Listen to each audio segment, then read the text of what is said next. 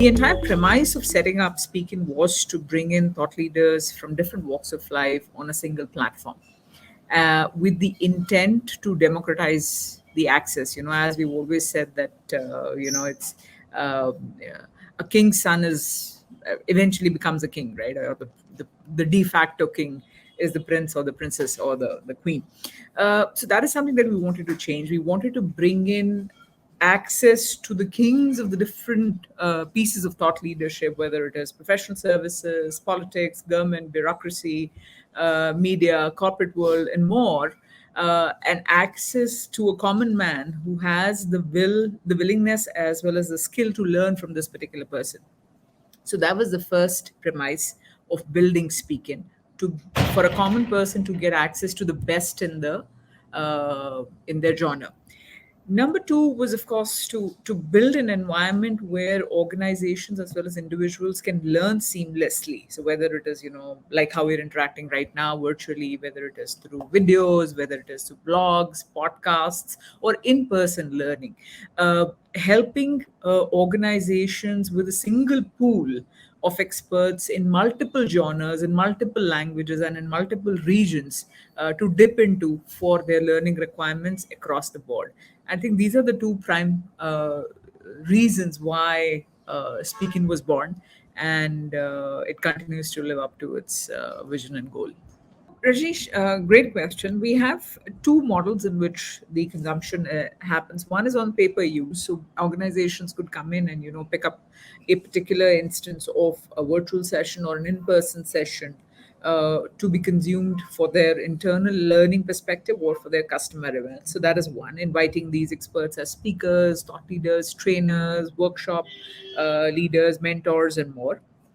Second is subscription based, where we predominantly have a pool of mentors and experts where organizations can subscribe to a platform, which is a Find a Mentor platform, proprietary at SpeakIn, and then can dig in and use these experts over a period of time. Usually, an annual subscription is taken up by corporates.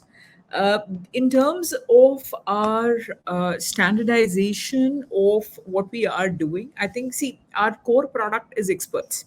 That is the conduit that we are building, and everything else is topped up, whether it is blogs, podcast, content of any form, any format is topped up on the experts that we have. So in terms of experts, we've standardized using something called the SpeakIn quality index. So every single expert on the SpeakIn platform is measured against this 10-point scale, and is then taken onto the platform only once this person meets a minimum criteria and a minimum rating of 8 on the platform, over which as well we put in a manual interface to make sure that the quality that the system has pulled out is the best in class.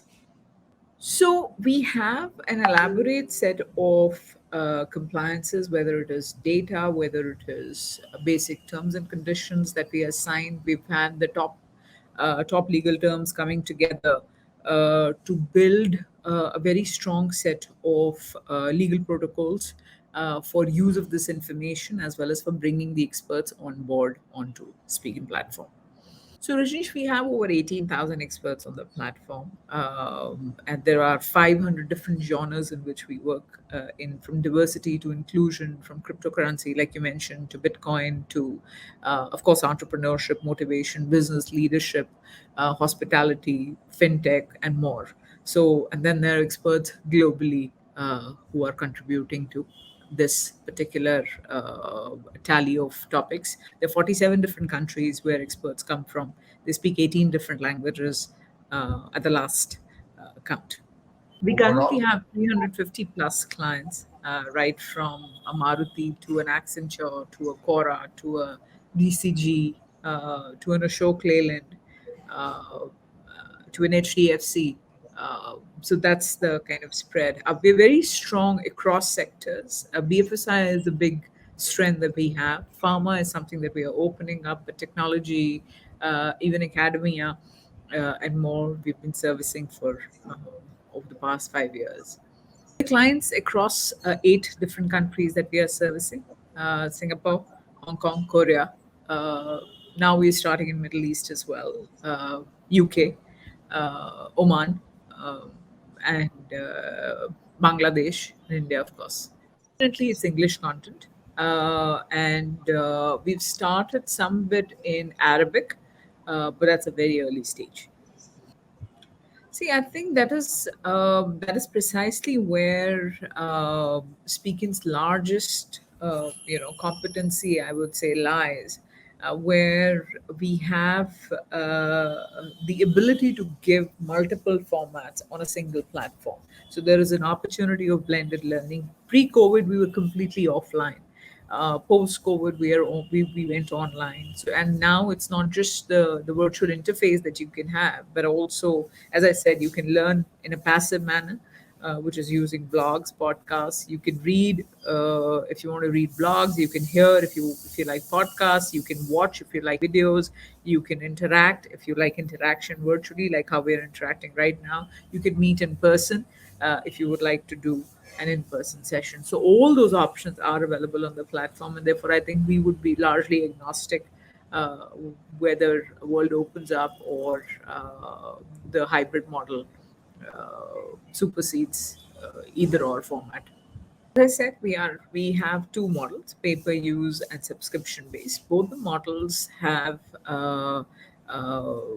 have an administrative charge. Uh, it's a simple conduit model for the value that we bring in to create those bespoke solutions and those user journeys that we have. And our large part of, as I said, that our cost of goods sold, the predominant cogs is the outflow to the experts, and that's it. That's the business model.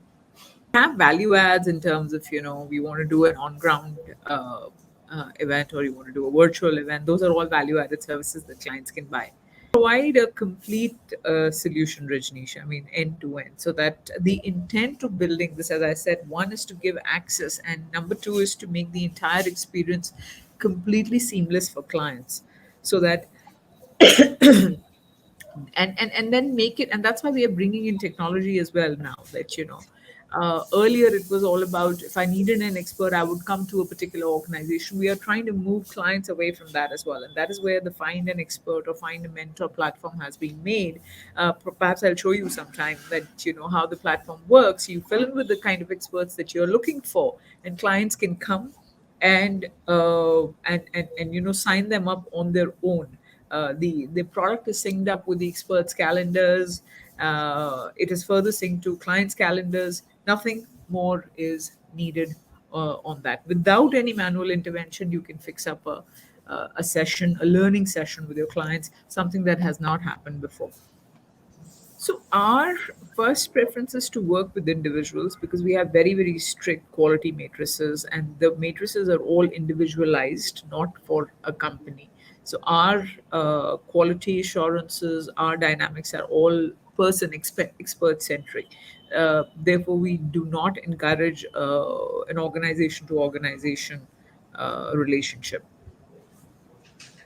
So, Rajneesh, as I said, that it is, I think about 85% of our experts are allied to an organization, would be a part of an organization. But when we work with them, when we bring an expert on board, it doesn't matter which company, which organization, which institute that they come from.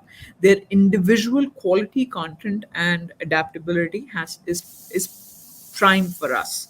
So we do not, if an ex organization has to, is perhaps excellent, and but the expert that we are connecting with is not at par, or not does not clear the speaking quality index that we have, that person is person non grata. So having, and therefore on the other side, it could be an excellent expert with a completely unknown organization. That's what we would be looking for.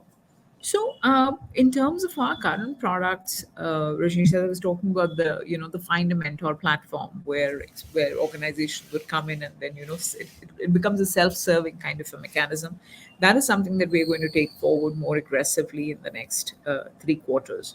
Second is to strengthen the product itself from a technology perspective. Third is global expansion, which is on the anvil. Currently, we are serving 8 different countries, setting out of India. Singapore offices have just opened for us this year itself. We are looking to expand that, and second expansion would be on the Middle East side, as in the on-ground presence. So we currently have a robust recommendation engine. We are planning to bring in an AI enablement to that, particularly because of the number of users that have swelled up on the system. Whether it is on the usage for our live sessions, whether it is for our e-learning products. We've just recently partnered with the National Skills Development Corporation. That has given us a huge traction in terms of traffic, not just from the urban centers, but also from the regional centers, and which is where, if you see the consumption of our languages, we are perhaps the only partner, the only single partner to NSDC who's giving them content in 10 different Indian languages, right from Malayalam to Kannada, Tamil to Telugu, to Bengali to Punjabi, Hindi, and of course English. So that's the intent, to make the platform more sensitive to user information, to customize it basis personas, to be able to listen to the internet and the larger social media and bring out the trending topics and bring out the trending content that can be consumed by the market. So we will be making organic start in both the markets, but we are also looking at partners. We are evaluating partners in both the markets for a possible joint venture to enter the market and give us a strengthened, uh, uh, a strength of relationship, existing client relationships that we can pick for any of these partners, and then take it forward from there. I think, Rajesh, most our predominant planning will revolve around these two, and we would. I think if we can be successful on these two parameters, a lot will be taken care of. So it is on license basis. It is on the basis of number of employees that the organization would like to sign up for. There is a larger subscription product which is for the entire organization, where we have a set of live learning sessions, e-learning blogs, podcasts, and more, which organization can subscribe to, and then their employees can use on the go. There is a dedicated, like I said, find a mentor platform, which is largely for the CEOs of organizations, which is again on a per user basis. Our focus, Rajneesh, is not on mid market organizations, because what we believe is that our product, the level of our experts is more towards the upper end of the market, more for organizations as well as consumers who are evolved in nature, irrespective of the language. I'm not using language as a demographical cut, but the hierarchy, the exposure to the market, because ours is the focus is on experiential learning. The focus is not on hand holding and academic interfaces. Is not our USP. Our USP is that you need to be at a certain level of understanding to be able to consume and absorb the information from real life experiences. So that is where I think we would be looking at a more evolved set of organizations. So an ideal customer for us is upwards of 1,000 employees, or upwards of a 2,500 crore business.